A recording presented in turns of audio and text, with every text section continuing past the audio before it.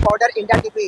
Meera Bhayandar Bharatiya Janata party के पूर्व आमदार नरेंद्र मेहता अपने कार्यकर्ताओं पदाधिकारियों के साथ में गोल्डन सर्कल से लेकर सिवार गार्डन तक एक आंदोलन किया है। खड्डा मुक्त मीरा भाईंदर। करोड़ों के भ्रष्टाचार हुए हैं, इस खड्डे को बुझाने के लिए उनके हाथ में अगर आप देखेंगे तो कुछ बैनर भी होंगे जहाँ पे लिखा है कि 2 साल में 22 करोड़ रुपए के जो टेंडर पास हुए थे वो रोड खड्डे भरने के लिए दिए गए थे। आखिर में खड्डा वैसे का वैसे है। उनका ऐसा आरोप है कि करोड़ रुपए का भ्रष्टाचार किया गया है इस खड्डे को भरने को लेकर, जिसको लेकर आज उन्होंने एक आंदोलन किया है। मैं आपको बता दूं कि मीराभाईंदर शहर में आप कहीं भी किसी भी रोड पे जाएंगे तो आपको हर एक रोड पे खड्डे दिखेंगे, जिसकी वजह से ट्रैफिक की समस्या होती है और दुर्घटनाएं होने के ज़्यादा चांस होते हैं, जिसको लेकर पूर्व आमदार नरेंद्र मेहता ने यहाँ पे एक आंदोलन किया। चलिए बात करते हैं उन्होंने और क्या। ये जो रोड है वो महानगर पालिका की शहरवासी की प्रॉपर्टी है। 22 करोड़ रुपए MMRDA के माध्यम से इस रोड पे 2022 में खर्च हुए। 2 साल के अंदर रोड की हालत खस्ता हो गई। ये उद्घाटन यहाँ के सम्माननीय विधायिका जी ने किया था और कहा था कि 18 से 20 साल इस रोड को कुछ नहीं होगा जब वो रोड बनाएंगी, और ये रोड 2 साल में ही खराब हो चुका है। और हम चाहते हैं कि जो उन्होंने मांग की है कि कॉन्ट्रैक्टर को ब्लैकलिस्ट किया जाए, ठेकेदार से पैसे वसूले जाए और इस रोड का वापस पुनर्निर्माण हो। अभी तक उस ठेकेदार को जेल में नहीं डाला गया, कार्रवाई नहीं की गई, तो इसके पीछे दिखाई देता है कि उनकी कथनी और करनी में फर्क है। हाथी के दिखाने के दांत और खाने के। और अगर वाकई में वो चाहते हैं कि ये कॉन्ट्रैक्टर ने गड़बड़ किया है, भ्रष्टाचार किया है, तो उसे अंदर क्यों नहीं डाल रहे। और दूसरी बात ये कि अगर ये रोड 2 साल में खस्ता हुआ है, जो 18 साल 20 साल चलने वाला था, तो ये कमीशन 22 करोड़ का किस किस में बटा है, इसकी कमिश्नर सब जांच करे और सबके ऊपर कार्रवाई करे, ये हमारी मांग है। दूसरा, आज हमने जो खड्डे भरे, जनता त्रस्त है। अभी तक यहाँ पे कम से कम 20 से ज़्यादा एक्सीडेंट हो गए। किसी का पैर फ्रैक्चर हुआ, किसी को लगी, किसी को अलग अलग जगह पे लगी। ऐसी प्रकार की घटनाएं घड़ी। और इसलिए नहीं कि एक्सीडेंट हुआ, एक्सीडेंट के किस्से अलग है।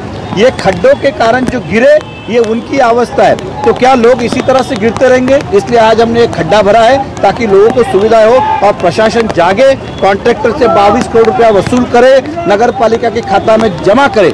और MMRDA ने ये मीरा भाईंदर महानगर पालिका का काम किया है तो पैसा महापालिका को ही मिलना चाहिए। कुछ लोग बिगर अक्कल के कहते हैं कि MMRDA का पैसा नगर पालिका को क्यों मिलेगा। मैं उदाहरण देता हूँ, अगर मैं किसी को पैसा देता हूँ अपना घर रिपेयरिंग के लिए, उसका घर का काम बराबर नहीं होगा तो पैसा ऐसा बोलेंगे मेहता साहब को वापस लौटाओ कि हमारा पैसा वापस दो।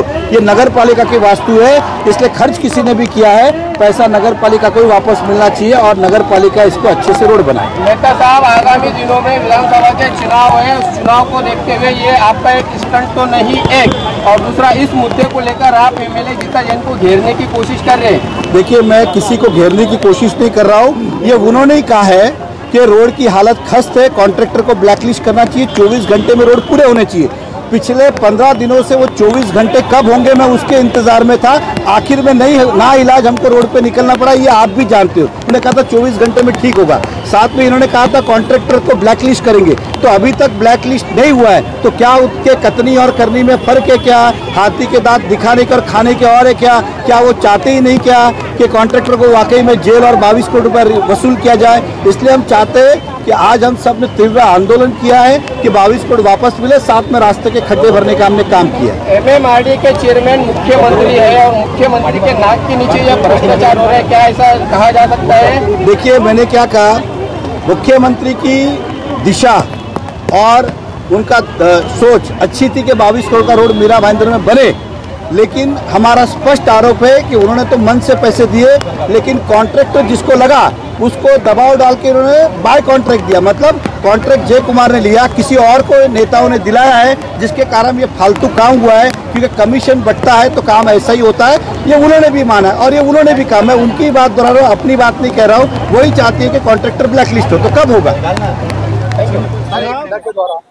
प्रशासन की पोल खोलने वाले इन जो गड्ढों की उनको श्रमदान के माध्यम से भरने का जो काम आज भारतीय जनता पार्टी के कार्यकर्ताओं ने यहाँ पर किया है, ये दर्शाता है कि कितने तीव्र लोगों के अंदर विरोध है, इसके बारे में निषेध है इसका।